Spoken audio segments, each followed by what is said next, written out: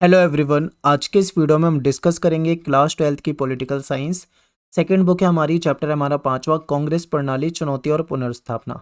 नया नाम देखोगे तो parties and party system in India, ये आपको सिलेबस के अंदर देखने को मिलेगा। ठीक है, आप एक बार सिलेबस देख लीजिए, बहुत ही कम चीज़ें दे रखी है इसमें। खाली इतना दे रखा है, वन पार्टी डोमिनेंस, फिर बाई पार्टी सिस्टम और मल्टी पार्टी कोलिएशन सिस्टम। यानी कि वन पार्टी डोमिनेंस आपको पता है कि भारत में एक ही पार्टी का प्रभुत्व रहा है, कांग्रेस पार्टी का। ठीक है, पिछले कुछ वर्षों में आप देखोगे तो।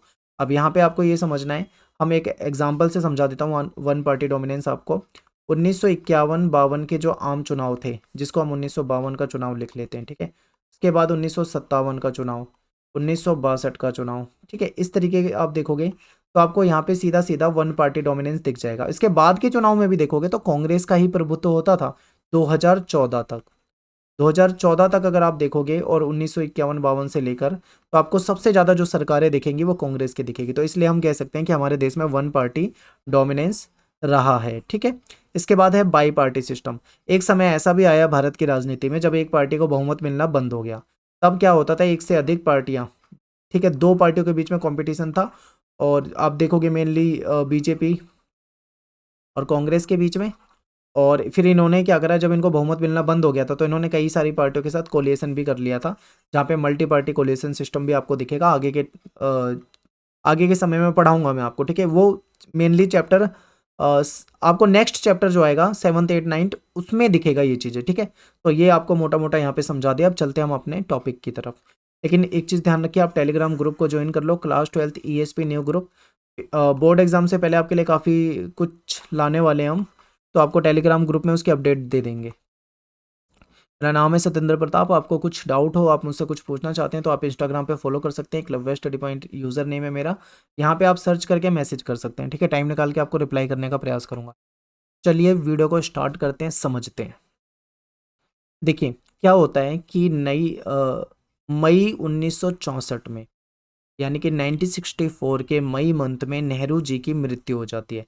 नेहरू जी प्राइम मिनिस्टर थे देश के पहले, इनकी मृत्यु हो जाती है। तो इसके बाद एक संकट आ जाता है कि अब नया प्राइम मिनिस्टर किसको बनाएं, यानी कि अगला उत्तराधिकारी कौन बनेगा। ठीक है, इसको लेकर बहस तेज हो गई।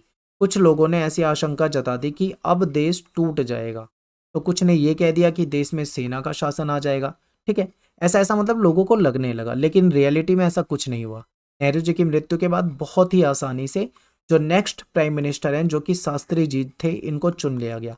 शास्त्री जी यानी कि लाल बहादुर शास्त्री। ठीक है, कांग्रेस के अध्यक्ष थे उस समय में के कामराज। इन्होंने पार्टी से सलाह मशवरा किया और उसके बाद शास्त्री जी को प्राइम मिनिस्टर बना दिया। ठीक है, शास्त्री जी जो थे उनका कद पार्टी में काफी ऊंचा था और काफी मतलब सुलझे हुए और अच्छे नेता थे।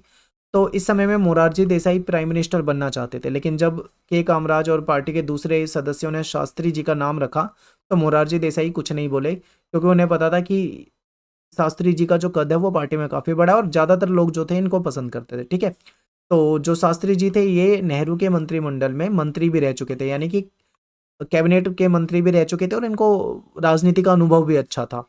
एक बार क्या हुआ, ये रेल मंत्री थे, तो उस दौरान एक रेल दुर्घटना हो गई। तो रेल दुर्घटना की नैतिक जिम्मेदारी लेते हुए इन्होंने अपने पद से इस्तीफा भी दे दिया था। ठीक है, तो इनके बारे में कुछ बेसिक बातें हो गई। अब समझते हैं थोड़ा सा इंपॉर्टेंट चीज़ें। एक क्वेश्चन है आपके पेपर में, काफ़ी आता है, कई बार आता है ये, बहुत सिंपल सा क्वेश्चन है। क्वेश्चन ये है कि 1960 के दशक को खतरनाक दशक क्यों कहा जाता है। तो देखिए 1960 का दशक, यहाँ पे दशक का मतलब 10 साल से, यानी 1960 से लेके 1970, इसके बीच का जो समय है, जो 10 साल है, इसी को हम क्या बोलते हैं, दशक। ठीक है, तो 1960 के दशक में क्या क्या हुआ, क्यों इसको खतरनाक दशक कहते हैं। इस समय देश में गरीबी बहुत ज़्यादा थी, गैर बराबरी, सांप्रदायिकता काफ़ी थी। इस समय में दो युद्ध भी हुए थे हमारे, खाद्यान्न संकट का भी सामना करना पड़ा, यानी देश में सूखा भी पड़ गया था। ठीक है, मानसून की स्थिति खराब थी, दो प्राइम मिनिस्टर की मौत भी हो गई थी, यानी इन 10 सालों के अंदर ये हुआ। तो दो युद्ध कौन से हुए थे ये आपको पता होने चाहिए। एक तो देखिए हमारा पहला जो युद्ध है वो 1962 में चाइना वाला है। ठीक है, चाइना के साथ। दूसरा युद्ध है वो है 1965 में पाकिस्तान के साथ। तो ये दो युद्ध हो गए थे और दो प्राइम मिनिस्टर की मृत्यु भी हो गई थी। तो कौन से थे, नेहरू जी और दूसरे शास्त्री जी। ठीक है, शॉर्ट में लिख रहा हूँ मैं, आप समझ जाएंगे। तो ये सारी चीज़ें हैं, तो इसीलिए इसको खतरनाक दशक कहा जाता है। आगे चलते हैं। शास्त्री जी के समय दो मुख्य चुनौतियां कौन सी थी, पेपर में ये भी क्वेश्चन कई बार पूछा जाता है। तो प्रीवियस ईयर के अगर आप क्वेश्चन पेपर का सॉल्यूशन देखोगे तो आपको ये सारे इंपॉर्टेंट क्वेश्चन पता लग जाएंगे, ठीक है। इसके ऊपर ऑलरेडी मैंने वीडियो बनाई हुई है, मैं आज टेलीग्राम ग्रुप में लिंक डाल दूंगा प्रीवियस ईयर के क्वेश्चन पेपर के सॉल्यूशन का, और इस वीडियो के डिस्क्रिप्शन बॉक्स में भी डाल दूंगा, तो आप वहां से भी जाकर क्वेश्चन पेपर का सॉल्यूशन देख सकते हैं। 2010, 11, 12, 13, 14, 15 जो पुराने पेपर हुए हैं उनमें देखिए, तब आपको अंदाजा लगेगा किस प्रकार का बोर्ड का एग्जाम आता है। तो शास्त्री जी के समय दो मुख्य चुनौती थी, एक तो थी खाद्यान्न संकट, क्योंकि देश में मानसून की असफलता हो गई थी, सूखा पड़ गया था, खाद्यान्न की कमी हो गई थी, एक तो ये समस्या थी। दूसरी समस्या पाकिस्तान से युद्ध, क्योंकि पाकिस्तान से जो युद्ध हुआ था वो 1965 में हुआ था, और उस समय में प्राइम मिनिस्टर कौन थे, शास्त्री जी थे, ठीक है। तो ये आपको याद रखना है, शास्त्री जी काफी कम समय तक प्राइम मिनिस्टर रहे, ठीक है। मात्र आप ये लगा लो लगभग लगभग 2 साल तक, केवल 2 साल तक ही प्राइम मिनिस्टर रहे, क्योंकि 1964 में जब उनकी मृत्यु हो गई थी नेहरू जी की, उसके बाद इन्हें प्राइम मिनिस्टर बनाया था, और 1966 में इनकी मृत्यु हो गई, यानी 2 साल तक ही रह पाए। तो 10 जनवरी 1966 को ताशकंद में इनका देहांत हो गया अचानक। ताशकंद में क्या था, एक ताशकंद समझौता हुआ था, ये पेपर में कई बार ये भी आया हुआ है कि ताशकंद समझौता कब हुआ था, ठीक है। तो 1966 में हुआ था ताशकंद समझौता। इसी समझौते में शास्त्री जी गए हुए थे, और वहां पे इनकी क्या हो जाती है, मृत्यु हो जाती है, देहांत हो जाता है। इन्होंने जय जवान जय किसान का नारा दिया था, जो कि पेपर में आता है 1 मार्क्स के क्वेश्चन में। ये हर एक लाइन आपके लिए क्वेश्चन है, आपको बिल्कुल याद करना है, टू द पॉइंट आपको करा रहा हूँ, इंपॉर्टेंट चीजें हैं, याद रखनी है, ठीक है। आगे देखते हैं शास्त्री जी के बाद, शास्त्री जी की भी मृत्यु हो जाती है। अब जब शास्त्री जी की मृत्यु हो जाती है तो फिर से वही संकट आ जाता है कि अब नेक्स्ट प्राइम मिनिस्टर किसको बनाया जाए। इस बार क्या था, मोरारजी देसाई बिल्कुल तैयार थे, ये कोई वो पहले भी बनना चाहते थे मोरारजी देसाई प्राइम मिनिस्टर, लेकिन शास्त्री जी के सामने फिर उन्होंने अपना नहीं चाहा। लेकिन इस बार मोरारजी देसाई बिल्कुल सामने आ गए कि भाई मैं प्राइम मिनिस्टर बनूंगा। तो ऐसे में दो नाम सामने आए कि भाई मोरारजी देसाई को बनाए या किसको बनाए, तो मोरारजी देसाई वर्सेज इंदिरा गांधी, ठीक है, इंदिरा गांधी, इन दोनों के बीच में कंपटीशन था। दोनों ही प्राइम मिनिस्टर, दोनों को ही प्राइम मिनिस्टर बनना था, दोनों ही चाहते थे। ऐसे में क्या होता है कि जो जो मेन लीडर थे, यानी कि जो कांग्रेस के मेन लीडर, जो ताकतवर लीडर थे, जिसको सिंडिकेट कहा जाता है, वो कहीं ना कहीं मतलब इंदिरा गांधी के समर्थन में था। इंदिरा गांधी के समर्थन में क्यों था, इसलिए था क्योंकि इंदिरा गांधी कम अनुभवी थी, तो सिंडिकेट को ये लग रहा था कि इंदिरा गांधी को प्राइम मिनिस्टर बना देते हैं, ये हमारी सलाह मशवरे पे हमेशा हम पे निर्भर रहेगी, यानी एक ऐसी प्राइम मिनिस्टर होगी जो हम पर निर्भर होगी, सिंडिकेट को ऐसा लगता था। तो उन्होंने मोरारजी देसाई, क्योंकि मोरारजी देसाई का नेचर बहुत अलग था, ये अनुभवी थे, ये सीएम भी रह चुके हैं, ठीक है, इनको राजनीति का अनुभव था, इसीलिए वो नहीं चाहते थे कि मोरारजी देसाई को बनाया जाए, इंदिरा गांधी को बनाया जाए, ये हुआ। तो चलिए समझते हैं इसको। शास्त्री जी की मृत्यु के बाद इंदिरा गांधी प्राइम मिनिस्टर बना दिया गया था, पर यह इतना आसान नहीं था, क्योंकि मोरारजी देसाई और इंदिरा गांधी के बीच में कंपटीशन था। मोरारजी देसाई जो थे वो अनुभवी थे और बंबई के सीएम भी रह चुके हैं। पार्टी के नेताओं ने इंदिरा जी को समर्थन देने का मन बना लिया। क्यों बनाया, क्योंकि आप सभी जानते हैं, क्योंकि सभी चाहते थे कि इंदिरा गांधी, सब यही सोचते थे कि इंदिरा गांधी जो है वो कहीं ना कहीं सलाह वगैरह के लिए इन पे सिंडिकेट पे निर्भर रहेगी, ठीक है। सिंडिकेट का मतलब है, सिंडिकेट है कांग्रेस में ताकतवर नेताओं का एक समूह, ग्रुप, तो ये होता है। आगे देखिए, चौथा आम चुनाव। अब देखिए चुनाव आपको बिल्कुल याद याद होने चाहिए। पहला 1952 में हुआ, 5 साल बाद दूसरा 57 में हुआ, 5 साल बाद तीसरा 62 में हुआ, ये तो 3 चुनाव है। चौथा चुनाव कब होगा, 1967 में, यानी चौथा आम चुनाव। तो चौथा आम चुनाव तक देश में आए बदलाव, ये आपसे पेपर में पूछा हुआ क्वेश्चन है कि बताइए कि चौथे आम चुनाव के दौरान देश में क्या क्या स्थितियां जो थी, क्या क्या स्थितियों में परिवर्तन आया था। तो हम ये कह सकते हैं कि इस समय तक दो प्राइम मिनिस्टर की मृत्यु हो चुकी थी। दो प्राइम मिनिस्टर कौन कौन से हैं, एक तो नेहरू जी हैं और दूसरे लाल बहादुर शास्त्री, इनकी मृत्यु हो चुकी थी। नए प्रधानमंत्री को कम अनुभवी माना गया। नई प्रधानमंत्री जो इंदिरा गांधी बनी थी, इंदिरा गांधी, इनको कम अनुभवी माना जा रहा था। गंभीर आर्थिक संकट इनके सामने आए, मानसून की असफलता, सूखा पड़ा हुआ था, खेती की जो पैदावार थी उसमें गिरावट आ गई थी, विदेशी मुद्रा की कमी हो गई थी, सैन्य खर्चे में बढ़ोतरी हो गई थी, ठीक है, ये सारी चीजें हो गई थी। कुछ नेगेटिव बातें हैं, महंगाई काफी बढ़ चुकी थी, खाद्यान्न में कमी हो गई थी, बेरोजगारी बहुत ज्यादा बढ़ गई थी, बंद हड़ताल वगैरह ये काफी चलने लगी थी। तो देश में इतना माहौल बदल गया था 1967 के चुनाव आते आते। अब देखो, मान लो कभी भी कोई भी सरकार हो, ठीक है, कोई भी सरकार सत्ता में हो और उस दौरान इतनी सारी समस्याएं आ जाएं, तो ऐसे में उसके लिए चुनाव जीतना काफी मुश्किल हो जाता है, ठीक है। तो इसीलिए 1967 का जो जो विधानसभा का चुनाव था वो काफ़ी मतलब इंटरेस्टिंग चुनाव था। आगे उसका भी रिजल्ट आपको बताऊंगा कि क्या क्या हुआ, ठीक है। लेकिन इससे पहले ये समझ लो कि ये सब हुआ, ऐसे में क्या हुआ, जो साम्यवादी और समाजवादी पार्टी थी इन्होंने समानता के लिए संघर्ष छेड़ दिया। कम्युनिस्ट पार्टी जो थी उसने भी किसानों को मतलब लेकर विद्रोह छेड़ दिया, किसानों को संगठित करने लगे, हिंदू मुस्लिम दंगे होने लगे। तो मतलब देश की स्थिति काफी गंभीर और काफी खतरनाक हो चुकी थी चौथे आम चुनाव तक। इसके बाद देखो कुछ और चीजें हैं। गैर कांग्रेसवाद का अर्थ, देश में बिगड़ते माहौल को देखकर, ठीक है, देखकर कुछ नेता थे वो सक्रिय हो गए थे, ठीक है। इन दलों को ऐसा लगा कि ये जो समय है देश में ये बहुत अच्छा समय है, देश में दंगे हो रहे हैं, देश में स्थिति बेकार है। ऐसे में इंदिरा गांधी जो है वो कम अनुभव है, यानी कि उनको अनुभव भी ज्यादा नहीं है। तो ऐसे में उनके पास एक मौका है कि अगर वो जनता के सामने आते हैं तो कहीं ना कहीं कांग्रेस को सत्ता से गिरा सकते हैं और अपने आप को सत्ता में ला सकते हैं। ऐसा दूसरी पार्टियों को ऐसा लगा कि ये सही मौका है उनके लिए। तो कांग्रेस की अंदरूनी उठापटक से उन्हें कांग्रेस को सत्ता से हटाने का एक अवसर हाथ लगा। राम मनोहर लोहिया ने इसे गैर कांग्रेसवाद का नाम दिया, ठीक है। इन्होंने क्या कहा, इन्होंने ये कहा कि कांग्रेस का शासन अलोकतांत्रिक है और गरीब लोगों के खिलाफ है, यानी बेकार शासन है। इसलिए जितनी भी गैर कांग्रेसी पार्टियां उन सबको एक साथ आ जाना चाहिए, ठीक है, ताकि लोकतंत्र को वापस लाया जा सके। यानी कि पूरा इन्होंने गठबंधन बनाने का प्लान बना लिया कि सभी पार्टी एक साथ आ जाओ और कांग्रेस के खिलाफ हो जाते हैं। तो इसके बाद होते हैं आम चुनाव 1967 वाले, जो कि फोर्थ चुनाव थे, ठीक है, चौथे आम चुनाव थे। तो 1967 में लोकसभा और विधानसभा के चुनाव हुए। कांग्रेस को राष्ट्रीय और प्रांतीय स्तर पे गहरा धक्का लगा।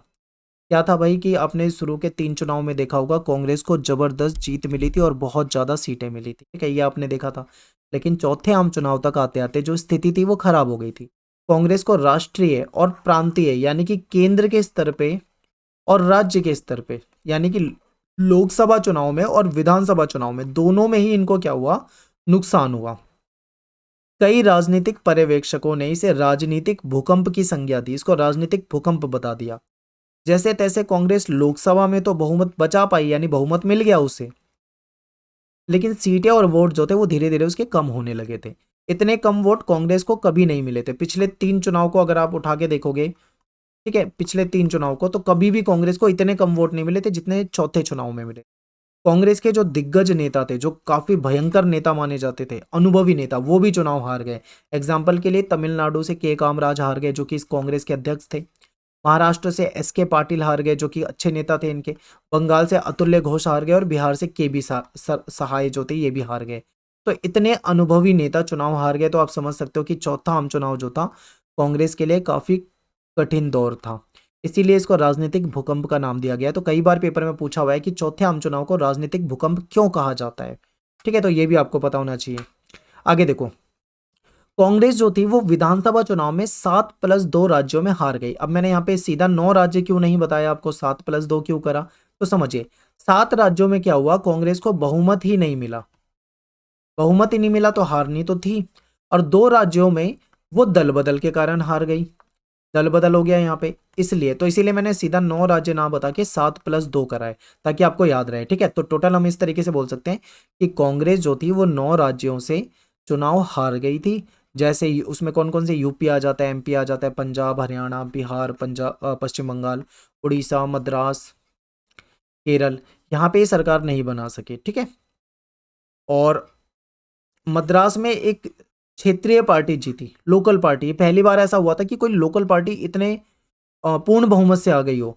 तो इस पार्टी का नाम था डीएमके, जिसको द्रविड़ मुनेत्र कश्मक कहा जाता है। इसने क्या करा, हिंदी विरोधी आंदोलन किया था और तमिल भाषा के लिए इसने आंदोलन किया था। तो इसको वहां के लोगों ने सपोर्ट किया, समर्थन किया, और ये पार्टी यहाँ पे जीत गई। तो ये स्थिति हो गई थी कांग्रेस की चौथे आम चुनाव में, ठीक है। तो ये वो दिग्गज नेता हैं जो कि चुनाव हार गए थे। आगे देखते हैं गठबंधन क्या होता है भाई। अब 1967 में चुनाव में कांग्रेस हार गई, तो इसका मतलब ये मत समझना कि कांग्रेस की जगह इन राज्यों में कोई दूसरी पार्टी को पूर्ण बहुमत मिल गया, नहीं। वहां पे अलग अलग पार्टियों को अलग अलग सीटें मिली, लेकिन कांग्रेस हारी, पर बाकी पार्टियों को फिर मिलकर गठबंधन वाली सरकार बनानी पड़ी। यानी 1967 के चुनाव में गठबंधन की परिघटना भी हमारे सामने आई, ठीक है। तो राज्यों में गठबंधन की परिघटना कब सामने आई, ये भी क्वेश्चन आया हुआ है पेपर में, तो आपको बोलना है 1967 के चुनाव में, ठीक है। तो 1967 के विधानसभा चुनाव में किसी भी पार्टी को बहुमत नहीं मिला। इसके कारण गठबंधन की घटना सामने आई। अनेक पार्टियों ने मिलकर संयुक्त विधायक दल बनाया और गैर कांग्रेसी सरकारों को समर्थन किया। तो इसमें देखो कुछ एग्जाम्पल आपके सामने हैं, जैसे कि बिहार का एग्जाम्पल ले लो। बिहार में एसएसपी और पीएसपी दोनों पार्टी एक दूसरे की अपोजिट विचारधारा वाली हैं, यानी अलग अलग विचारधारा के लोग एक साथ शामिल हो गए। अब ये पार्टी अलग विचारधारा की, ये पार्टी अलग विचारधारा की, और दो अलग अलग विचारधारा की पार्टी एक साथ सरकार बनाएंगी तो आपको पता ही है सरकार कम दिन ही चलेगी, ज़्यादा दिन तो चल नहीं पाएगी। तो यही हुआ, एसएसपी पीएसपी जैसी पार्टियों ने सरकार बनाई जिसमें वामपंथी, दक्षिणपंथी, जनसंघ, हर तरह की सोच के लोग इसमें शामिल थे। पंजाब का एग्जाम्पल दें तो पॉपुलर यूनाइटेड फ्रंट, इसमें अकाली दल और मास्टर ग्रुप। ठीक है, तो देखो सीपीआई कम्युनिस्ट पार्टी हो गई, कम्युनिस्ट पार्टी, मार्क्सवादी, एसएसपी, रिपब्लिक पार्टी, जनसंघ, ऐसी ऐसी पार्टियां मिलकर सरकार बना रही हैं जो कि एक दूसरे की विरोधी होती थी। ठीक है, तो इसीलिए कई बार क्या हुआ कि कुछ राज्यों में ज़्यादा समय तक सरकार चली नहीं, सरकार टूट भी जाती थी। अब आगे बात करते हैं दल बदल। तो 1967 के चुनाव में एक और चीज़ सामने आई थी जो कि दल बदल की थी। इसमें दल बदल का मतलब क्या होता है कि जब कोई नेता किसी पार्टी से चुनाव लड़ता है, किसी भी पार्टी का चुनाव चिन्ह लेकर चुनाव लड़ता है, बाद में जीत जाए और जीतने के बाद उस पार्टी को छोड़ दे और किसी दूसरी पार्टी में चला जाए तो इसको दल बदल कहा जाता है।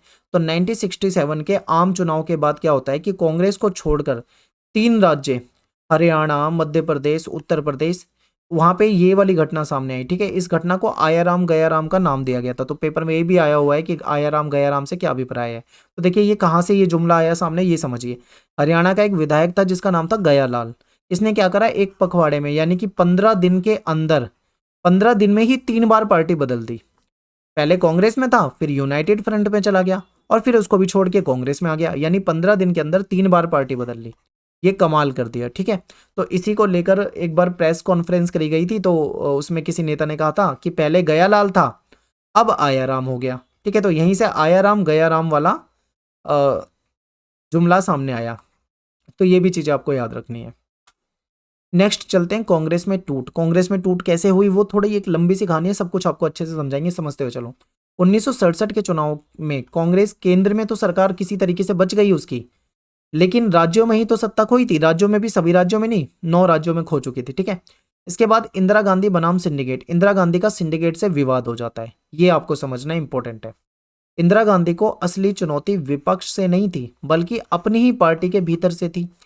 सिंडिकेट, उसको सिंडिकेट से निपटना था। सिंडिकेट का मतलब क्या है, ये पेपर में कई बार पूछा हुआ है, यानी ताकतवर नेता।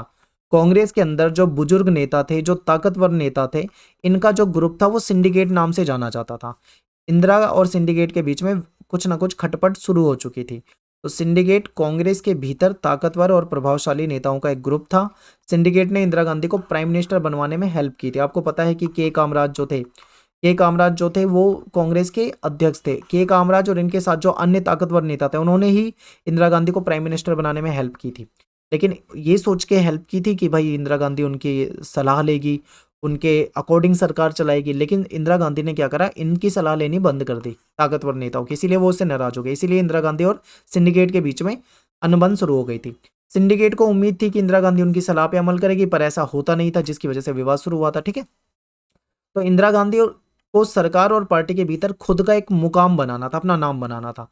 अपने सलाहकारों और विश्वस्तों के समूह में पार्टी से बाहर के लोगों को रखा इन्होंने।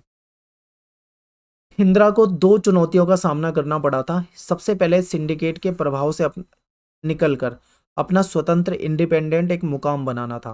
फिर जो 1967 में जो चुनाव में हार हुई थी, यानी जो एक तरह से इंसल्ट ही समझ लो आप, क्योंकि प्राइम मिनिस्टर बनी थी उस समय में ये, और इनके दौर में वो चुनाव हुआ था, तो कहीं ना कहीं इनका नाम आता ही है। तो इसलिए इनको वो जो हारी हुई सीटें थी वापस जीतनी थी। ये 2 काम इनके सामने थे, 2 चुनौतियां इनके सामने थी जो कि इनको पार करनी थी। ठीक है, आगे देखते हैं क्या होता है। इंदिरा गांधी ने सरकार की नीतियों में बदलाव करना शुरू करा, यानी कुछ बदलना शुरू कर दिया था। ये 10 सूत्री कार्यक्रम लेके आई। बैंकों का सामाजिक नियंत्रण, बीमा का राष्ट्रीयकरण कर दिया, शहरी संपदा और आय का परिसीमन करना शुरू कर दिया, जो सरकारी राशन होता था उसका वितरण शुरू करवाया, भूमि सुधार के लिए कानून बनाए, गरीबों को जमीन देना शुरू कर दिया रहने के लिए। ठीक है, तो ये कुछ ऐसी नीतियां थी जो इन्होंने शुरू की। फिर क्या होता है कि राष्ट्रपति पद का चुनाव का समय आता है। ये बहुत इंटरेस्टिंग है। यहाँ पे इंदिरा गांधी और सिंडिकेट के बीच में जो अनबन अभी तक चल रही थी वो सीधा सीधा वॉर यानी युद्ध के रूप में बदल गई। ठीक है, कैसे मतलब एक तरह से इनके बीच में लड़ाई झगड़ा हुआ। लड़ाई झगड़े का मतलब है राजनीतिक, वैसा वाला लड़ाई झगड़ा मत सोचना आप जैसा सोच रहे होगे। तो कैसे मतलब इनके बीच में राष्ट्रपति पद के चुनाव के बीच में विवाद बिल्कुल खुलकर सामने आ गया था, ये समझना है। तो क्या होता है भाई, 1969 में राष्ट्रपति थे जाकिर हुसैन, इनकी अचानक हो गई मृत्यु। अब इनकी मृत्यु होने के बाद नया राष्ट्रपति बनाना था।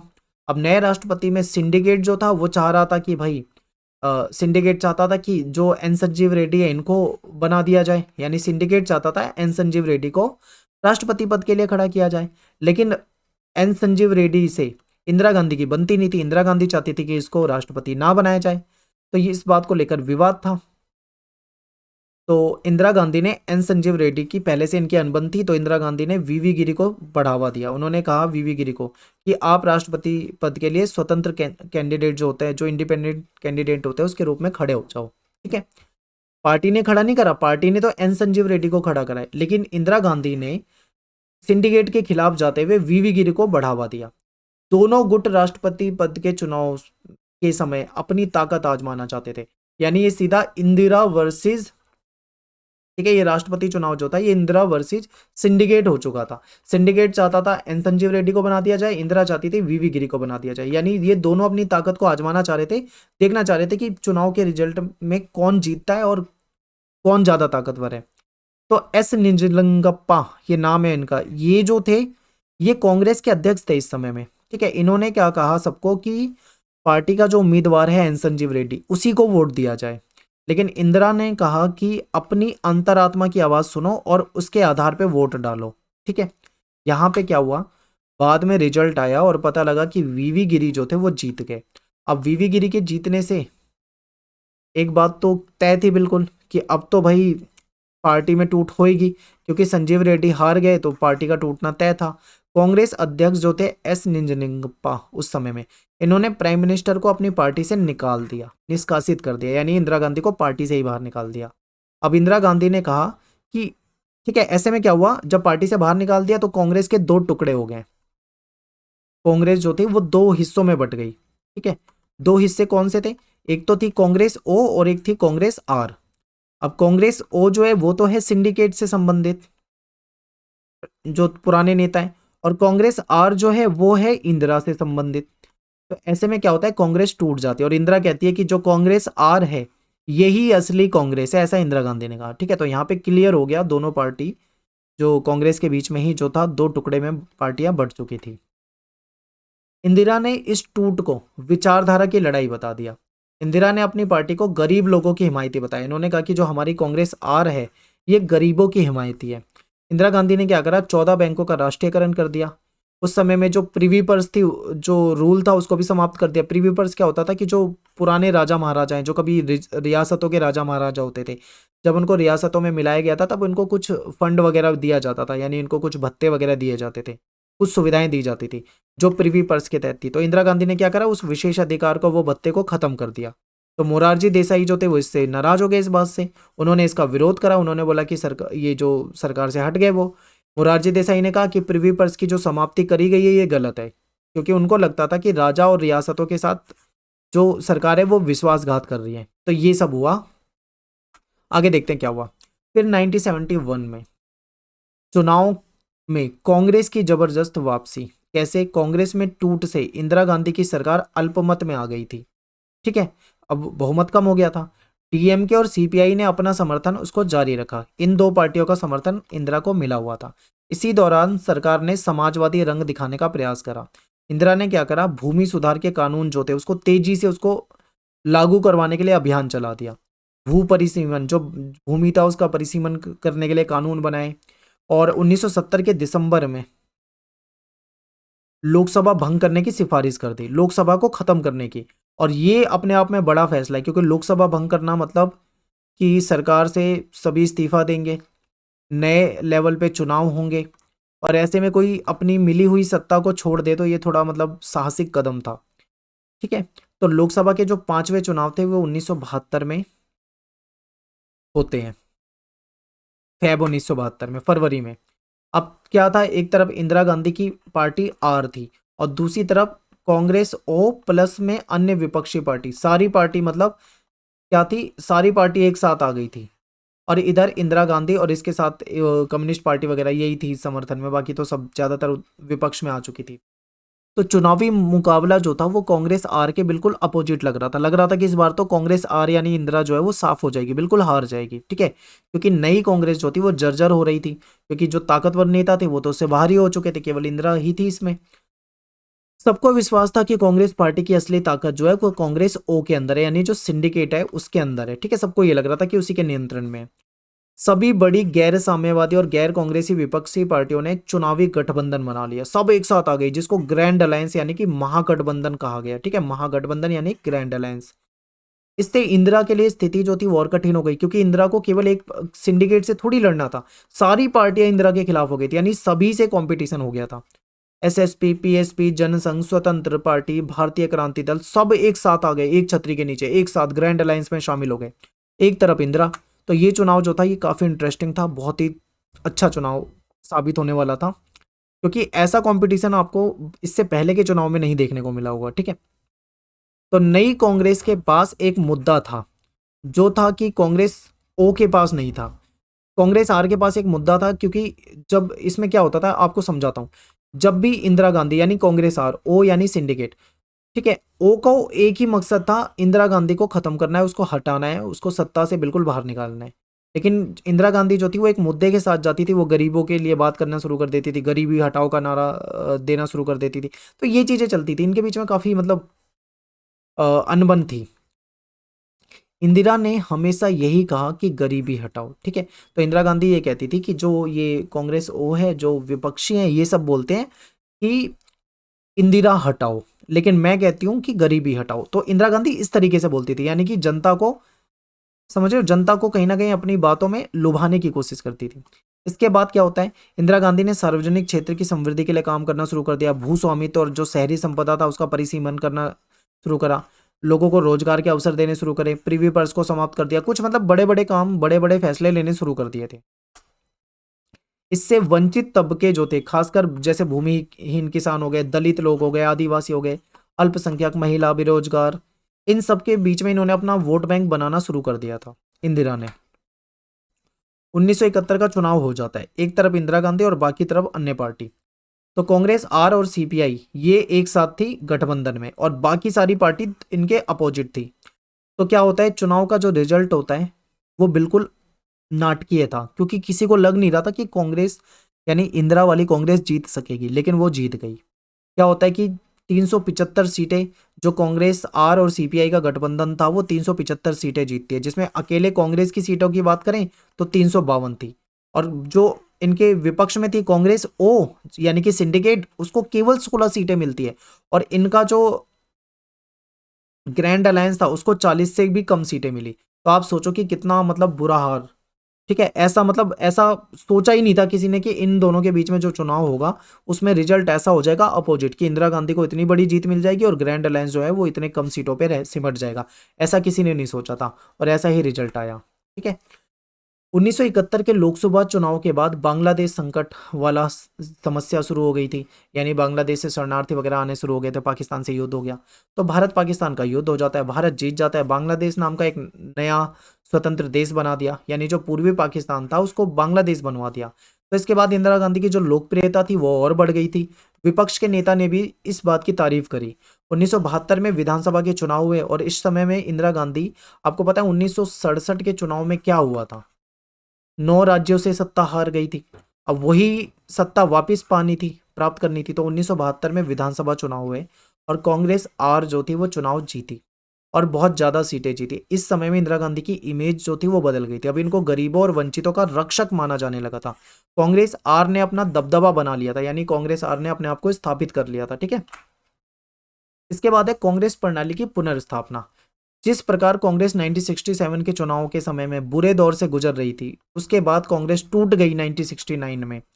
फिर 1971 में इंदिरा गांधी ने कांग्रेस को दोबारा से उसी स्थान पे ला दिया, यानी पहले से भी ज्यादा मतलब लोकप्रिय हो गई थी, और इंदिरा गांधी की लोकप्रियता पे ही अब कांग्रेस आधारित थी। पहले आपने चैप्टर 2 में पढ़ा होगा कि कांग्रेस में पहले सभी तरह के गुट होते थे, ठीक है, सबको साथ लेकर चलती थी, लेकिन अब ये केवल एक व्यक्ति की लोकप्रियता पे आधारित थी।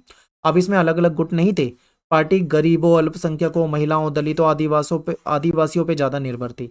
इंदिरा ने कांग्रेस पार्टी को पुनर्स्थापित कर दिया, यानी जो टूट गई थी, जो खत्म हो रही थी कांग्रेस को, इसको वापस से स्थापित करके वापस से मजबूत बना दिया। ठीक है, पहले कांग्रेस प्रणाली के भीतर हर तनाव और संघर्ष को पचा लेने की क्षमता थी। क्या होता था, कांग्रेस के अंदर ही कई सारे गुट होते थे, वो विवाद हो जाता था लेकिन सुलझा लेते, लेकिन अब वो वाली चीजें खत्म हो गई। कांग्रेस अब बिल्कुल नई हो गई थी। ठीक है, और कांग्रेस में अब इंदिरा गांधी की पकड़ थी, और अब कांग्रेस का जो नेचर था वो बदल चुका था। तो यहाँ पे हमारा जो चैप्टर है वो खत्म हो जाता है। उम्मीद करता हूँ आपको अच्छे से समझ में आया होगा। ठीक है, तो यहाँ पे आपको वन पार्टी का डोमिनेंस समझ में आएगा कि कांग्रेस कितना ज़्यादा शुरू के 3 चुनाव में बहुमत प्राप्त करती थी। 1967 में उस कैसे लड़खड़ा गई थी चुनाव में, ये भी आपने देखा। केंद्र में भी कम सीटें मिली और राज्यों में तो कई जगह से सत्ता से हाथ धो बैठी। लेकिन 1971 के बाद जो 1972 में चुनाव होते हैं, 71 में चुनाव होते हैं, इस समय वापिस से कांग्रेस का डोमिनेंस आ जाता है। तो यहाँ पे एक पार्टी का डोमिनेंस आपको दिख गया, 2 पार्टी भी आपको दिख गई होगी। ठीक है, अब आगे के चैप्टर जो हैं उसमें आपको बहुत कुछ सीखने को मिलेगा। तो उम्मीद करता हूँ ये वीडियो अच्छे से समझ में आया होगा, और मिलते हैं आपसे नेक्स्ट वीडियो में। थैंक्स फॉर वॉचिंग, सभी को जय हिंद जय भारत।